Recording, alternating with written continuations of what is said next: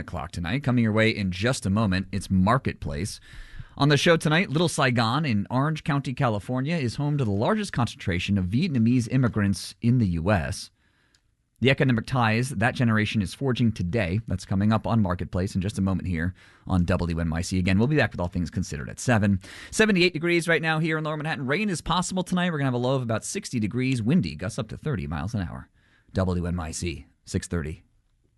WNYC receives support from The Other Art Fair, featuring 120 artists, original artworks, and interactive experiences, April 16th through 19th at the Agarfish Building at the Brooklyn Navy Yard. Tickets at theotherartfair.com.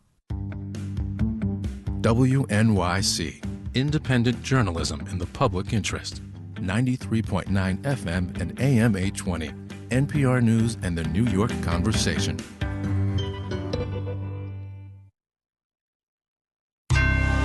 Marketplace is supported by Bitwarden Password Manager, helping to extend spring cleaning to online security.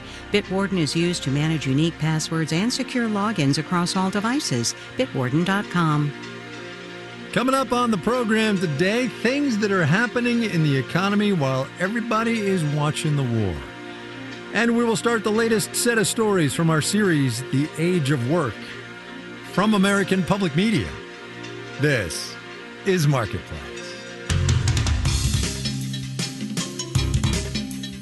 Marketplace is supported by Progressive. Building a career is possible at Progressive Insurance, now offering virtual and hybrid employment opportunities with pathways for advancement. Learn more about available positions at careers.progressive.com. And by Odoo.com, offering integrated programs for sales, customer relationship management, inventory, and other business operations, designed to work together as a customizable software suite. Odoo, all your business on one platform. And by Solidigm, offering solid-state storage solutions optimized for AI with higher capacities, greater speed, and energy efficiency. Solidigm, AI data infrastructure built on a solid foundation. Learn more at storageforai.com. In Los Angeles, I'm Kai Rizdal. It is Monday today. This one is the 13th of April. Good as always to have you along, everybody. The global news of the day, I'm going to guess you are up to speed on. Negotiations not happening, blockade happening. Markets, having, it seems, grown accustomed to the whiplash and the misdirection, were mostly okay with it all. Even oil, without too much argument, the economic bellwether of this war, up only a couple of % for the global benchmark. So in an attempt to separate the signal from the noise, we're going to spend the first part of the program today on the nuts and bolts, the ways the economy keeps on grinding while geopolitics does its thing. And then, as promised, we will get to the first of our Vietnam reporting. The Wall Street story today is of the big banks, which are going to be reporting earnings the next couple of days. Goldman Sachs started things off this morning. Profits were up in Q1 almost 20% compared to the same time a year ago, thanks in part to the revenue it earned advising companies on mergers and acquisitions and other kinds of corporate deals, of which one should say there have been many this year. But as Marketplace's Justin Ho reports, it is also likely we're going to see some signs this week the war is affecting bank earnings. There are a few ways that the war can actually boost profits at big banks. For one, they do a lot of stock trading on behalf of their clients. And over the past month, stock markets have been volatile. Increased volatility is oftentimes very favorable for trading results. That's Gerard Cassidy with RBC Capital Markets. He says banks earn fees when they execute trades for their clients. And because of increased volatility, clients of these companies trade more frequently. The effect that the war is having on energy prices is also boosting revenue for energy companies. Nate Tobick, CEO of Complete Bank Data, says that can also help the banks that lend to the sector. Some of these companies are going to say, hey, we finally have a need to do some of these bigger capital projects, to expand. And that's going to be increased loan volume for really any banks that have that sort of energy exposure. But Tobick says there are plenty of companies that are being harmed by this war, either because they're directly exposed to the conflict or because they're just less confident. Stephen Bigger, a bank analyst with Argus Research, says banks could see revenue slow in the near future because many companies might hold off on mergers and acquisitions or IPOs. It's just a pause in activity until you get some clarity on the global ramifications of these conflicts. Banks are also concerned about the effect that the war is having on the U.S. economy, says David Schiff with FTI Consulting. If prices continue to stay high and inflation stays at an elevated level, particularly around fuel and energy costs, that starts to have a ripple effect across the consumers, which then has an impact on small businesses. And Schiff says that means banks will start to worry about their borrowers. And as a result, on the one hand, you see credit underwriting standards tighten. On the other, you see provisions start to increase for potential losses. All of that, Schiff says, will limit how much the economy can grow. Some of that is just businesses themselves not wanting to grow, and then it gets magnified as financial institutions pull back on credit lending. So it really raises that specter the longer this goes on. If the war does drag on, Schiff says we'll likely see evidence that banks are pulling back in the next 2 or 3 quarters. I'm Justin Ho for Marketplace. Wall Street to start the week. Traders not at all upset by the geopolitical turn of events. We will have the details, when we do the numbers.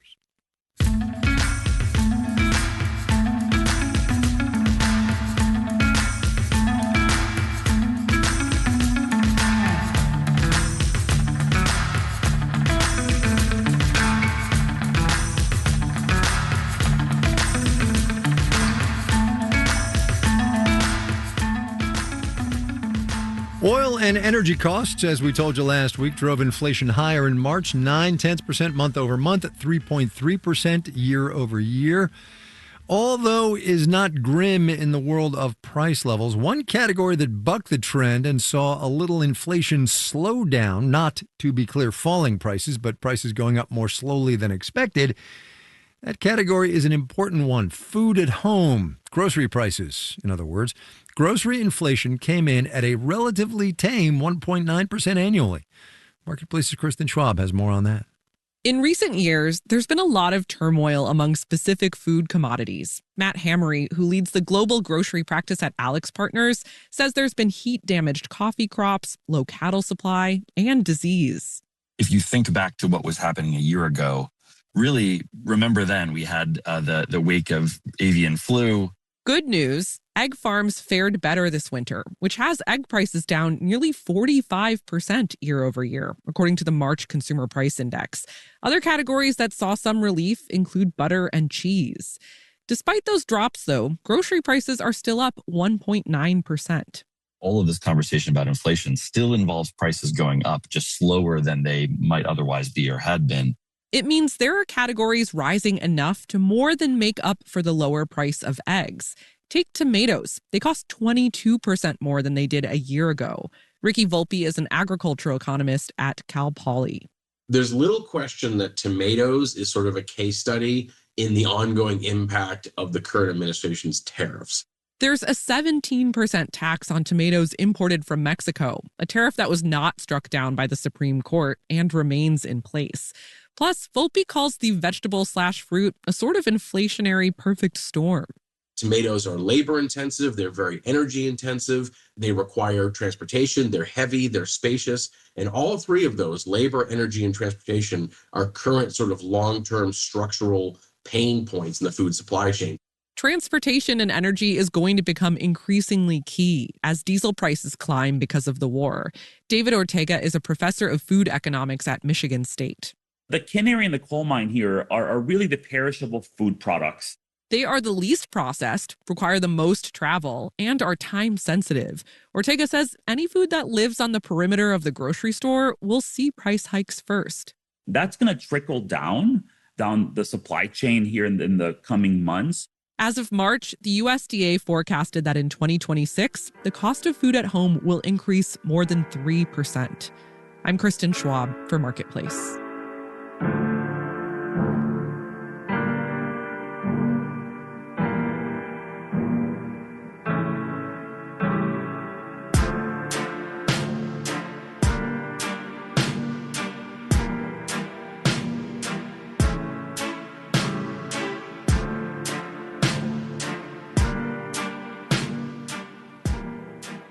Even as drivers are staring down rising prices at the pump, $4.12 a gallon today, so says AAA.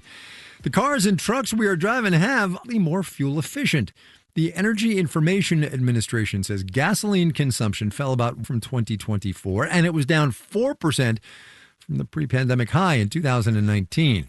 And that is happening despite the fact that we're driving more. Vehicle miles traveled is the government's measure of our driving habits, up more than 1% last year. And as Marketplace's Henry Epp reports, that's in keeping with a decades-long trend of slowly rising fuel. The oil shocks of the 1970s, especially bad, was that cars back then weren't very fuel efficient. Daniel Sperling is a professor emeritus at UC Davis. When I was young, a car got 13 miles per gallon. Now they're getting 30 miles, and some of them are up 50, 60 miles per gallon. And that's largely thanks, Sperling says, to federal regulations that were created in response to those. Industry has been obligated to continually supply more efficient vehicles. But because we tend to drive our cars for a long time, the average vehicle on the road is nearly. Those more efficient vehicles take a while to change our overall gas consumption. Joshua Lynn is a professor at the University of Maryland. We still have a lot of vehicles on the road that have, produced batteries were weaker. This was about 15 years ago. Traffic will keep seeing overall fuel economy rise, says Rebecca Ches at Purdue University. And that price at the pump? It will hurt slightly less. The average fuel economy, even on these older cars, is much higher than it was in previous years. The federal fuel economy rules have also pushed companies to make more electric and hybrid vehicles. Carl Brower at iSeeCars.com says over the last 20 years, hybrids especially have become a lot cheaper for car companies to produce. The cost of the batteries has been dropping. The cost of the motors has been dropping. The space and the weight that both of those things take up has been dropping. That's made hybrids way more common and popular. But last year, Congress and the Trump administration rolled back the federal fuel economy standards. And some car companies have started making more trucks that don't get great mileage. So fuel efficiency, Brower says, could eventually plateau or even get worse. I'm Henry Epp for Marketplace.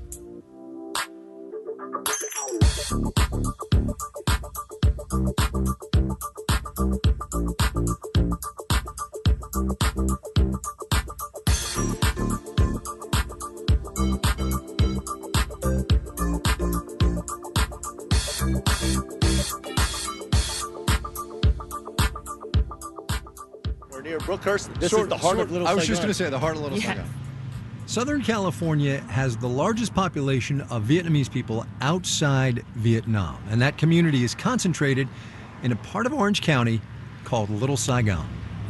I'm embarrassed to say that I've been in LA for 25 years. I've never been down here. Wow. Which is bad on me, I guess. Best Vietnamese food in the world here. So I think that's our next stop today. Actually. All right, great.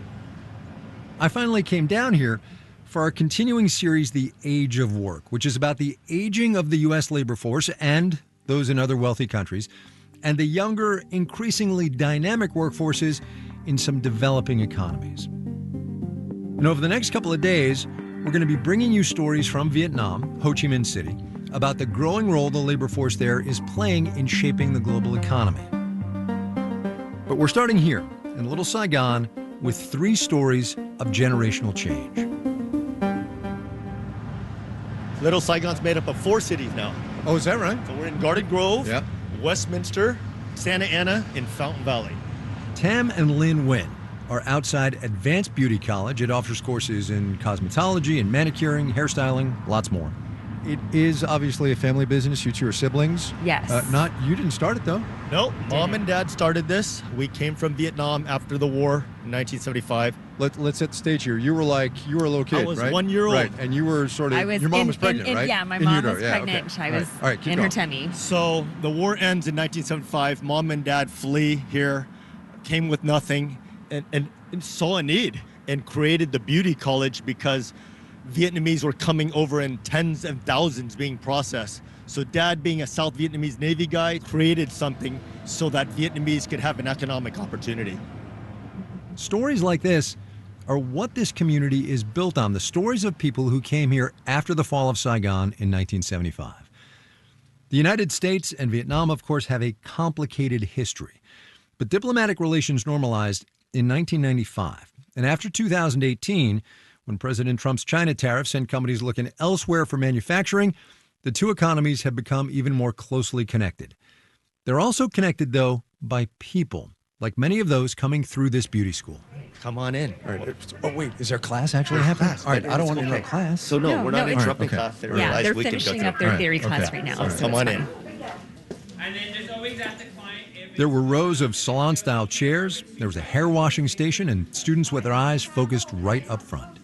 this is our cosmetology class. So Hi, sorry, don't let us interrupt. I'm really sorry. And then we teach the students, we're approved to teach it bilingual in both Vietnamese and in English, which is amazing because we're here in Little Saigon, so they can learn different ways. Upstairs, we saw students putting that schooling into practice.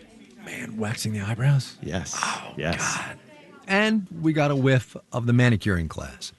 Oh, you can smell the nail polish, man. That's right. In the almost 40 years that this school has been operating, around 50,000 students have come through. There's some statistic like 50% of the nail technicians in this economy are Vietnamese, That right? is correct. So over 80% of California nail salon and nail salon professionals are Vietnamese, and more than 50% nationwide in America. It's kind of this unknown economy that just was started 51 years ago by the Vietnamese.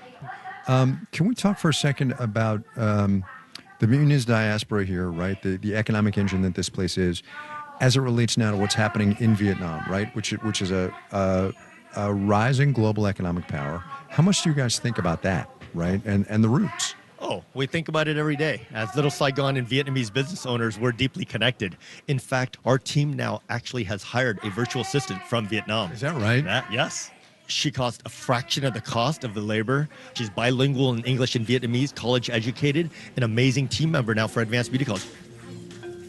Yeah, the company that we actually work with, that we hire her through, they work with businesses all around the world that hire workforce from Vietnam. So that's one story about the economic relationship between the U.S. and Vietnam today. Businesses here hiring workers there. But you want to talk about generational change here in Little Saigon? You got to see the Asian Garden Mall. Where's the inn?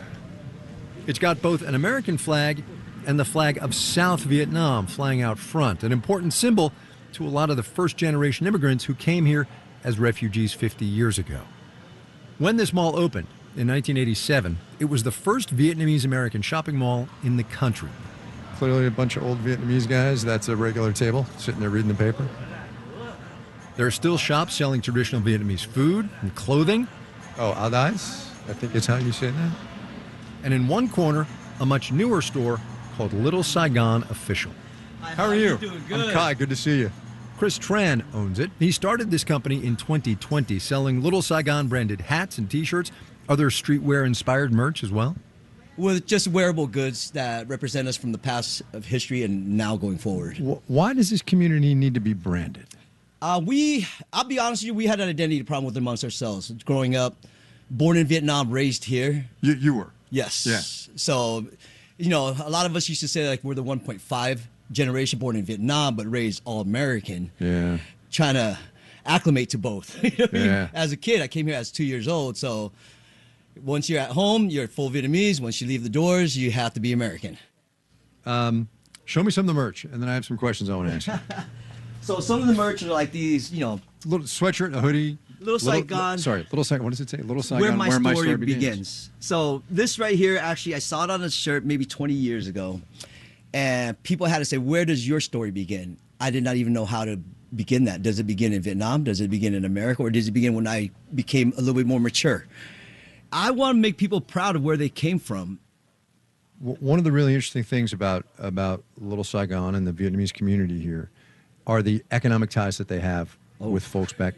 Keep going. So you pick it up from there. Well, the economic ties. Here's the thing. I deal in pop culture.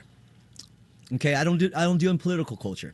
And what I'm seeing out of Vietnam is fashion, music, food, even technology is amazing.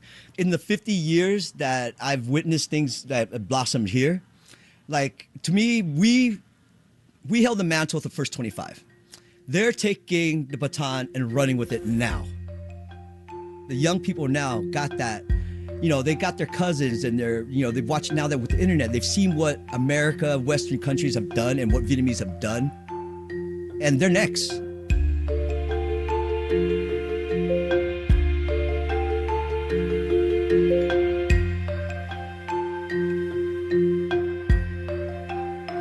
That baton passing, it's coming up after the break. But first, let's do the numbers.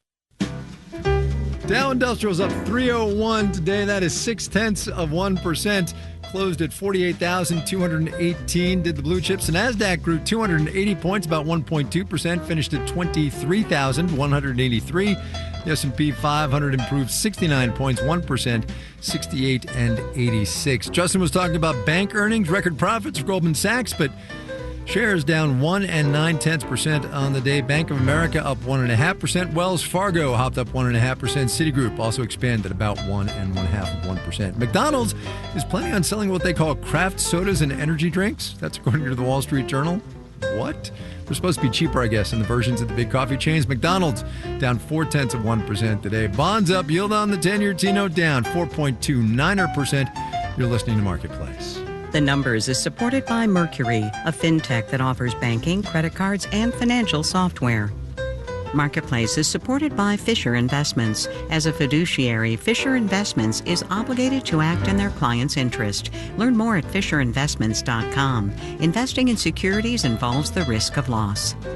And by BMC. BMC helps customers worldwide run and modernize their businesses by automating, managing, and optimizing complex IT environments. Learn more at BMC.com. And by GEP, at the forefront of agentic procurement orchestration and autonomous supply chains. With GEP Smart Software, GEP Key Agentic AI, and Strategy Consulting, GEP works to help business optimize value and reduce risk.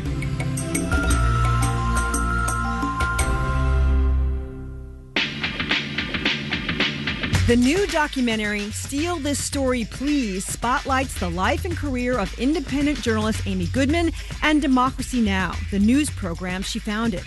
On the next All of It, she joins us to discuss. Plus, New Yorker cartoonist Julia Wirtz on her new graphic memoir about parenthood titled Bury Me Already. I'm Allison Stewart. Join us for All of It, weekdays at noon on WNYC. WNYC is supported by Poster House in Chelsea, presenting Act Black, posters from Black American stage and screen, an exhibition about Black culture during Jim Crow, now through September 6th. More at posterhouse.org/WNYC. You're listening to Marketplace on WNYC. Coming your way in the 7 o'clock hour of All Things Considered, a U.S. blockade of Iranian ports went into effect today, while President Trump claims Iran wants to make a deal.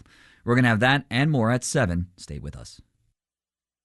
This is Marketplace. I'm Kai Ryssdal. We're in Little Saigon in Orange County, California today, telling 3 stories of generational change in one neighborhood in this economy, home to the biggest Vietnamese population outside Vietnam. Hello, how's it going? How are you? To Good to see you. Bakery. I'm Kai. Nice to meet you. Tommy, pleasure. Tommy Nguyen there, all of 25 years old. Tell me where we are. What's going on? Yes, so we are at Banh Mi Saigon out here in Garden Grove, California, a Little Saigon. And we've been here in Little Saigon for over 30 years. You, however, have not been here for 30 years, just looking at you. You're a young guy. This bakery is older than me. So this is my parents' first child. Your parents' first child, that's right. But you're running it now, right? Is that the deal?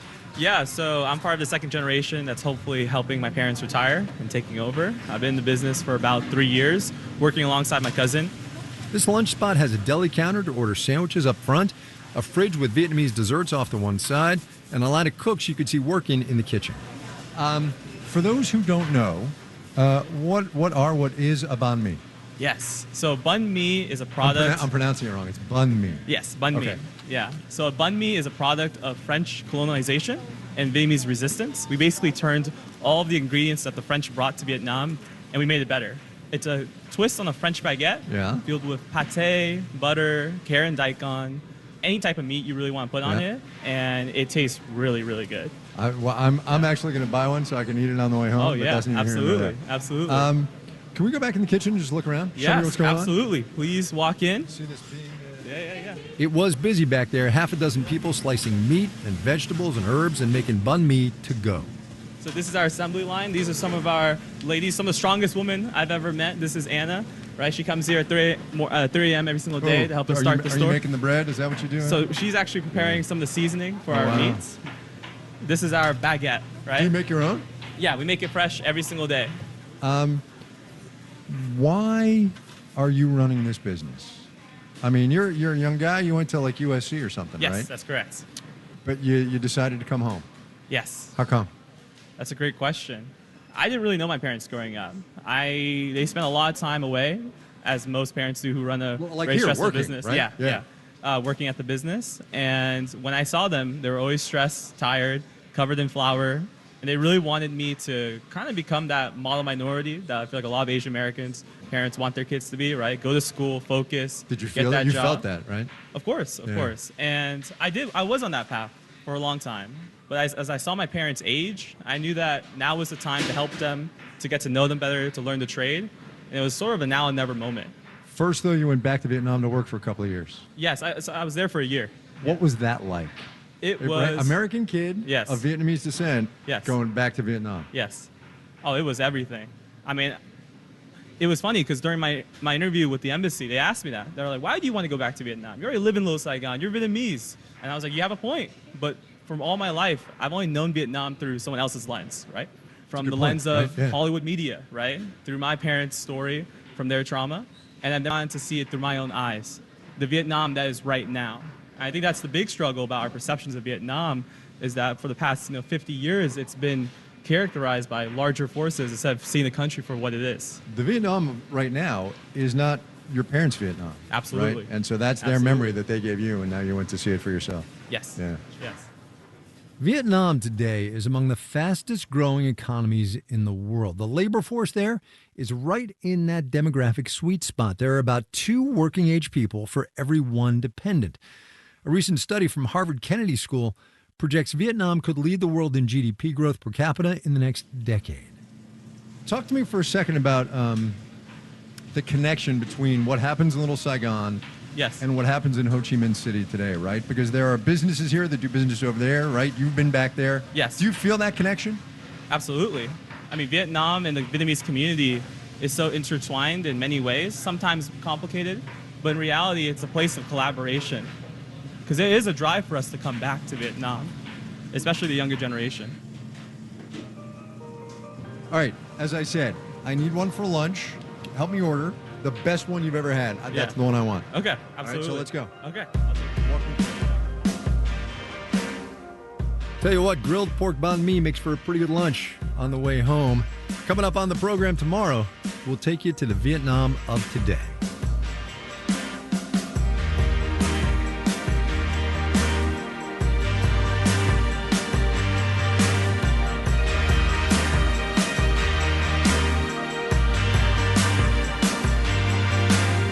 Marketplace is supported by Yubico, makers of the YubiKey. Designed to stop hackers and phishing attempts, it protects the apps and accounts people rely on every day. YubiKey, powerful protection, instant access. Learn more at yubico.com. And by the University of Illinois' Geese College of Business, offering a completely online MBA program that learners can take at their own pace while engaging with classmates around the globe. Learn more at onlinemba.illinois.edu. This final note on the way out today, just one of those context and facts really matter items that come in handy in times like these. Bloomberg has been tracking the number of ships passing through the Strait of Hormuz every single day. Today, 4.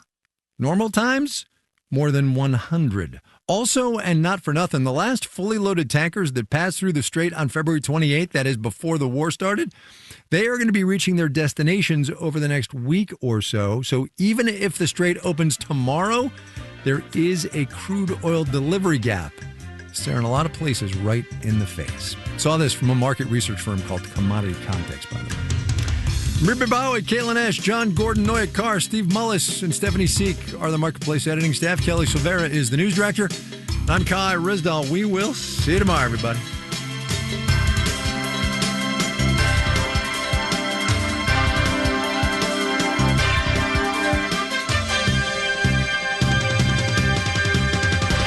This is APM.